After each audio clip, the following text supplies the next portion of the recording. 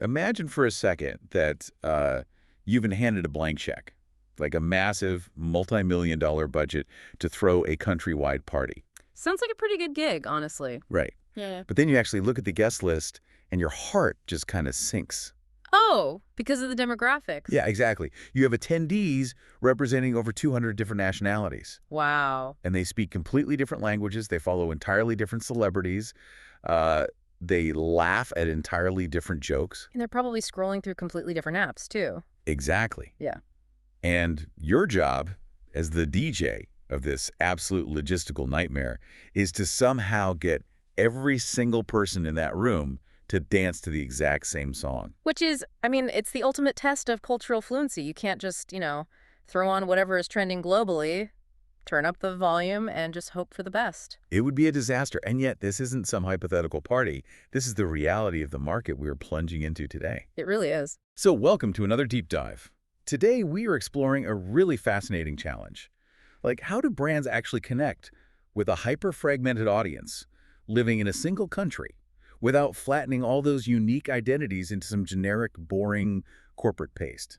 Yeah, and to understand how this is actually executed, we're pulling the core strategies from this really great, highly practical framework guide by Titan Digital UAE. Right, the one titled Pop Culture Digital Marketing in the UAE. That's the one. We're going to map out exactly how shared culture, platform-native content, and very specific seasonal moments can be engineered to bridge these massive cultural divides. Okay, let's unpack this because the statistics defining this landscape are they're staggering. They really require a complete recalibration of how you think about digital reach. I mean, the United Arab Emirates has a social media penetration rate of 115%. Wait, 150? So we were talking about a population where people maintain multiple active accounts. Yeah, exactly. Managing business profiles, personal feeds, maybe burner accounts. Meaning there are physically more active social media profiles than there are human beings in the entire country. Precisely. We are looking at 11.3 million active users. That is wild. And the depth of that engagement is just as intense as the breadth. Like, the average resident spends 3.5 hours a day on these platforms. 3.5 hours. Yeah, which far exceeds global averages. That is an incredibly captive audience. Mm-hmm. But it's also an incredibly partitioned one, right? Highly partitioned. Because you have Emirati nationals, a huge array of Arab expats from all across the Middle East. You've got massive South Asian community. Digital professional Southeast Asian residents. Right. And they are all physically sharing the same geography, driving on the same highways, utilizing the same digital infrastructure. But their cultural reference points share almost zero overlap. Exactly. Which brings us back to your party DJ analogy. Yeah. To figure out how to play to this room, we have to look through a specific lens, right? Yeah, we have to look through the lens of Stanford psychologist Mikhail Gelfand's tightness-looseness framework. Right, I read about this. Gelfand classifies societies based on how strongly they enforce social norms. Yes, and how severely they punish deviation from those norms. I would assume a place with such rapid urbanization and a massive influx of expatriates would really have to establish some pretty firm guardrails just to, maintain its core identity. That is the exact sociological driver. The UAE is classified as a tight culture. Okay. It has a deeply rooted national identity built on specific traditional values.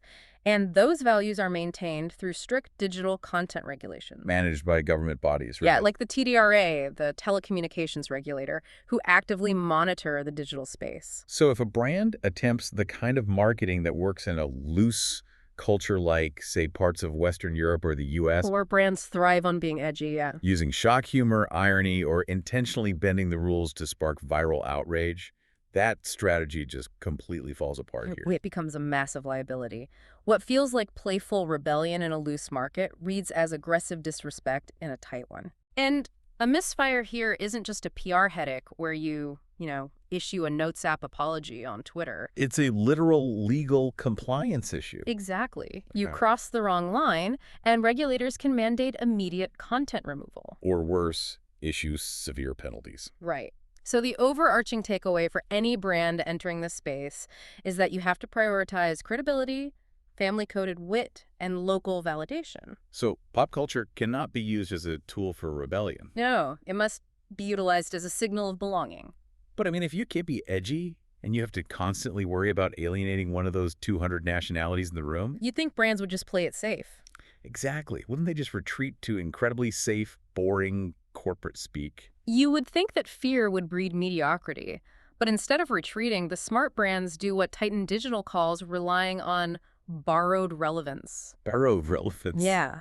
Rather than trying to force a singular, highly localized joke that maybe only 10% of the country understands, they borrow the emotional energy from shared human themes. So you attach your message to a universal concept that the audience already has a deep, pre-existing relationship with. Exactly. The source material highlights Adidas and the Desert Runner campaign, which is just a perfect visualization of this. It really is. Because they wanted to convey this huge, abstract, global, ambition-like sports perseverance. Yeah. But they shot the entire campaign in the local UAE desert terrain. And we have to examine why that specific geographic choice resonated so powerfully across the board. Well, it's because the desert acts as a massive cultural equalizer. Right. For Emirati nationals, it's an homage to the historical resilience required by their ancestors to thrive in that landscape. And for an expat who just moved from London or Manila, the sheer imposing reality of the desert heat and the sand, that is a shared daily experience. Yeah, so rooting a global sports narrative in that literal local grid creates brand affinity across completely disparate demographics. What's fascinating here is how the most successful brands don't just borrow geographical relevance, they borrow platform-native behavior. Oh, like the Kit Kat campaign. Yes, the Kit Kat auto-reply campaign. Look at the mechanics of that. Right, they took their decades-old "have a break" tagline, but they completely re-engineered it for Dubai's notorious hustle culture. They designed a social experiment highlighting the absurd lengths professionals will go to in order to avoid taking a screen break. But the genius was in the execution, right? Exactly. They didn't just film a traditional commercial. They built it specifically for the architectural format of TikTok and Instagram Reels. So quick cuts. Quick cuts, yeah. Okay. They leaned into the native stitch and duet aesthetics and used the language of out-of-office auto-replies to mock the hyper-fast professional culture. Which works beautifully because workplace burnout is a universally understood language. Totally. Whether you are a Western banker or a South Asian tech developer, you get it. And speaking of speaking the language of the platform, the Pizza Hut campaign, mentioned in the guide, the Pay With Your Trend 1, takes us to another level. Oh, that was brilliant. They literally let users pay for their pizza orders using viral TikTok dances. And we have to underline the data driving that decision, right? Yeah, they weren't just doing it to be quirky. No, Pizza Hut wasn't just doing something quirky for the sake of it. The UAE has an astonishing 118.5% TikTok reach among adults. Wow, 118.5%. It is the second highest penetration for that platform globally. So they weren't just running an ad on a popular app. They were directly monetizing the primary pop culture currency of an entire youth demographic. Exactly. But bridging cultures isn't always about viral dances, you know? Right. It's often about identifying the moments when the entire country slows down to focus on the exact same thing. Which brings us to the calendar events, like the Coca-Cola Share Coke campaign during Ramadan, A classic example. where they printed Arabic names on the bottles to tap into the culture of iftar generosity. But let me push back on this for a second. If I'm a consumer, doesn't that feel incredibly cynical? Like just slapping a crescent moon on a soda can or throwing a generic holiday greeting on a billboard. It absolutely would be cynical if it were just window dressing. But what's fascinating here is that events like Ramadan, Diwali, or UAE National Day are not just religious or patriotic observations. Okay, what are they? In a transient, expat-heavy society, they function as the most critical shared social calendar moments of the entire year. Oh, because everyone is participating in the rhythm of that holiday, regardless of their personal background. Yes. The work hours change, the evening socializing ramps up, the traffic patterns literally shift. That makes sense. And the data supports this behavioral shift. During Ramadan, 72% of UAE consumers explicitly state that social media is the most effective advertising channel. 72%. And over 65% actively increase their total consumer spending. Wow. So the emotional distance between a brand and a consumer drastically narrows during these windows. And the brands that succeed are the ones that use these moments to facilitate real-world connection. Exactly. Like providing a tool for sharing a meal rather than just broadcasting a discount code. Okay, so if the campaign is the message and the cultural calendar event is the bridge, who actually delivers the message. The messenger. Because a faceless multinational corporation trying to act like your local best friend usually comes off as highly inauthentic. Which is why you need cultural translators. And in this specific market, that role is entirely fulfilled by the influencer ecosystem. And the economic scale of this ecosystem is staggering, right? It's massive. The UAE influencer market is valued at $173 million for 2025. And projected to grow. Projected to skyrocket to $442 million by 2034. That is wild. And that isn't just organic growth either. It is heavily subsidized and encouraged. Yeah, the Dubai government recently announced a 150 million dirham fund exclusively to support digital content creators. So they are actively positioning the creator economy as a vital cultural and commercial export. Absolutely, but this is where brands make their most expensive mistakes. Really? How so? Well, the instinct, when faced with a massive budget and a fragmented audience, is to just look at the roster, find the creator with 10 million followers, and throw money at them. Right, hoping that a massive net will automatically catch all the right fish. But the math tells a very different story. Okay, break that down for me. If you partner with mega or macro influencers, those exceeding 10 million followers, you certainly buy mass awareness. Sure. However, you completely sacrifice community specificity. Because their audience is so broad and global that they lose that local, authentic punch. Exactly. The true commercial sweet spot lies in the micro-influencer tier. What's the follower count for that? These are creators holding between 10,000 and 50,000 followers. The source data reveals they deliver a 20% higher return on investment than the mega influencers. 20% higher. Yeah, because their acquisition costs are significantly lower and their audience trust is much higher. They average a highly respectable 3.5% engagement rate on TikTok. And if a brand needs to get incredibly surgical, they drop down to the nano influencers, right? Yes, the 1,000 to 10,000 follower range. Because they boast the highest engagement rate overall at 4.59%. Exactly. So if a brand specifically needs to launch a product tailored to the South Asian expat community or the Filipino resident community, a nano influencer is speaking directly to that group using their exact cultural shorthand, local slang, and shared inside jokes. that makes total sense. But there is a massive caveat that comes with those high engagement rates. Uh-oh, what is it? When navigating these smaller tiers, rigorous due diligence is required. Industry reports indicate that up to 25% of engagement on some regional accounts is artificially inflated. Wait, 25%? You're talking about bots and engagement pods. Yes. How does a brand actually spot that if the numbers look good on paper? Well, an engagement pod is essentially a hidden syndicate where hundreds of accounts agree to immediately like and comment on each other's posts to trick the algorithm. Oh, to prioritize the content. Right. So brands have to look past the sheer volume of likes and audit the quality of the comments. So if a post has 5,000 likes, but the comments are entirely generic. Just fire emojis or phrases like great pic or nice video. That is a massive red flag. Huge red flag. Authentic cultural translation generates nuanced, specific conversations in the comment section. So the golden rule for you listening: you must choose your influencers based on community alignment and verified authenticity, not sheer follower count. Perfectly said. An Emirati creator is going to build trust with an Emirati audience in a way that a massive Hollywood celebrity just cannot replicate. Right. And if we connect this to the bigger picture, knowing the landscape, the case studies, and the influencer tiers is only half the battle. You need an operational blueprint. Yes, you do. Here's where it gets really interesting. If a brand is actually going to pull this off, they can't just wing it. The Titan Digital Framework essentially builds a 6-step implementation playbook for this exact challenge. Yeah, let's walk through it. The first step is to aggressively map your audience segments. Because you cannot target the entire market at once. Right. You have to decide, are we prioritizing Arab expats this quarter? Western professionals?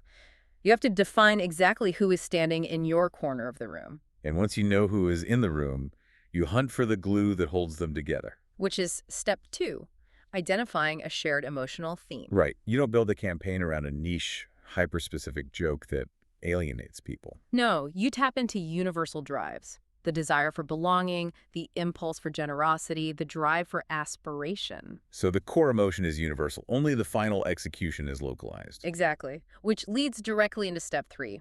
Anchor that emotional theme to a calendar moment. Find those windows: Diwali, Eid, The return to school, major sporting events. Yeah, the times when cross-community attention is tuning into the exact same frequency. Now, step 4 is where we bring back our DJ analogy. You need to build modular creative. It's like the DJ playing the exact same underlying universal bass line, but layering a completely different melody on top, depending on which corner of the dance floor you are standing in. That's a great way to put it. You maintain one central brand idea, but you swap out the components. You utilize different local talent, you change the soundtrack, and crucially, you adapt the language. The framework explicitly notes that bilingual Arabic-English content consistently outperforms literal, stiff translations. Yes. Yeah, because you cannot just run your English script through Google Translate and expect it to resonate. It will sound robotic and completely out of touch. Definitely. Okay, so step 5 brings in our cultural translators. Yes, you select your influencers by community. Handing those localized melodies to the specific micro or nano creators who already speak that segment's language. And finally, step 6, which is arguably the most critical in a tight culture, is pre-testing across segments. Before you press publish, you have to run that creative past actual representatives of each target community. Because a piece of content that feels warm and friendly to a Western expat might inadvertently violate the social norms of an Emirati national. And pre-testing isn't just about maximizing clicks. No, it is a vital compliance necessity to ensure you aren't running afoul of those TDRA guidelines we discussed earlier. What I love about this entire 6-step approach is its scalability. Oh, absolutely. Because you might be listening to this and thinking, well, I don't have the marketing budget of Coca-Cola or Adidas. The reality is you don't need it. Small and medium enterprises execute this exact framework every day. By leveraging platform-native TikTok trends and partnering with highly authentic nano influencers, you can tap into these shared cultural moments without needing $1 million production budget. Strategy and deep cultural empathy will always outperform sheer ad spend in a fragmented market. So what does this all mean if we synthesize this deep dive? Successfully navigating pop culture marketing in a hyper-diverse world isn't about being everything to everyone. No, it's not. It's about finding that shared emotional heartbeat.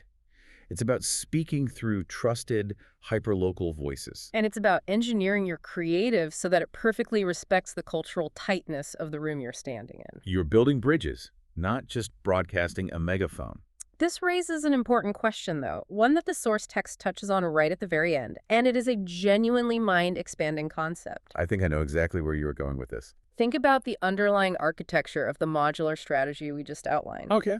You are creating highly structured, culturally specific data that is meticulously categorized to answer very specific human needs within defined local contexts. Right. What happens when we feed that incredibly rich, structured cultural data into artificial intelligence? Oh, wow. Because this kind of segmented, intent-driven marketing isn't just highly effective for human psychology.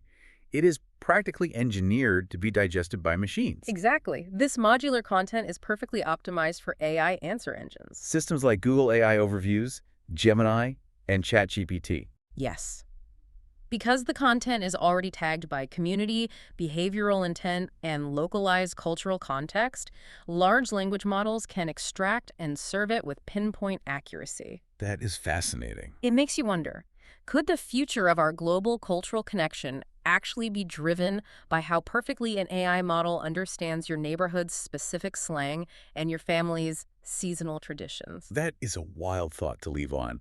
The idea that machines are quietly learning the nuances of our cultural inside jokes just so they can serve us hyper-personalized search results. It's the future we're stepping into. Thank you so much for joining us on this deep dive. I hope it helps you think about how your own brand, or even just your own ideas, might cross the cultural borders in your life. Definitely something to think about. Remember that massive party we talked about at the beginning? You don't need to force every single person to dance to the exact same track. You just need to find the universal rhythm they all want to move to and let them bring their own unique steps to the dance floor.